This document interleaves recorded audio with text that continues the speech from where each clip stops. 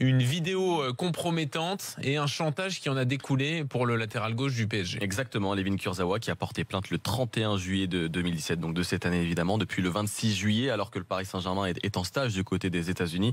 Il est l'objet de messages via WhatsApp, on connaît tous cette application, d'un maître chanteur qui lui réclame une rançon et qui le menace de remettre cette vidéo compromettante à la presse.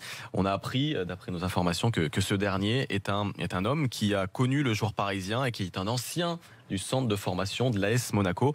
Donc voilà, ce sont deux hommes qui se connaissent très très bien. Le maître chanteur qui s'est présenté comme un père de famille sans le sou, qui demandait d'emblée 250 000 euros.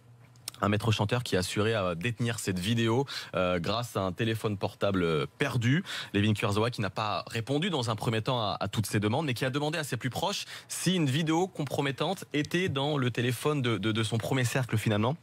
Et l'un de ses amis a révélé qu'il a effectivement égaré son iPhone, mais en niant qu'une vidéo compromettante à son sujet était dans ce téléphone-là. Kurzawa s'est alors souvenu qu'une vidéo effectivement compromettante avait été tournée en la présence de cet ami qui assure donc ne pas avoir de vidéo de lui, qui dit avoir égaré son iPhone. Qu'une vidéo a donc été tournée en mai 2017 où il insulte vertement Didier Deschamps, le sélectionneur de l'équipe de France.